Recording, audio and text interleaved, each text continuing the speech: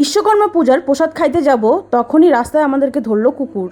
Hello সবাইকে, আমি তনুশ্রী শিলিগুড়ি থেকে। তো আজকে আমাদের বাড়িতে দেখো এই অরেঞ্জ কালারের জবা ফুলটা ফুটছে, কি সুন্দর লাগছে না দেখতে। তারপর সারাদিন কাজ করতে করতে হয়ে গেল দেখো সন্ধ্যার পর আকাশটা এত সুন্দর লাগতেছে, কারণ কালকে পূর্ণিমা। আর এদিকে আমি চলে আসলাম মেকআপ করতে গিয়ে দেখো গরমের মধ্যে ভালো একটুখানি মুখের মধ্যে পাউডার দিই, পড়ে গেল এক গাদা পাউডার। পর কি গরমের মধ্যে আর কি সাজবো, খোপা করে নিয়ে চুড়িদার পরে আমি একদম রেডি সেডি, চলে এবার প্রসাদ খেয়ে আসি।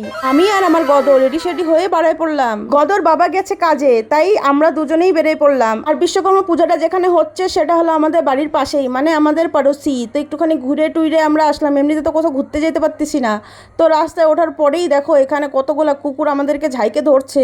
এখনকার কুকুরগুলা কেন এরকম হয়ে গেছে জানি না। রাস্তাঘাটে লোকজন স্কুটি বাইক এমনি বাচ্চা কাচ্চা যাকেই দেখছে তাদেরকেই ধাওয়া দিচ্ছে। কেন করে এরকম বলো তো কেউ জেনে থাকলে।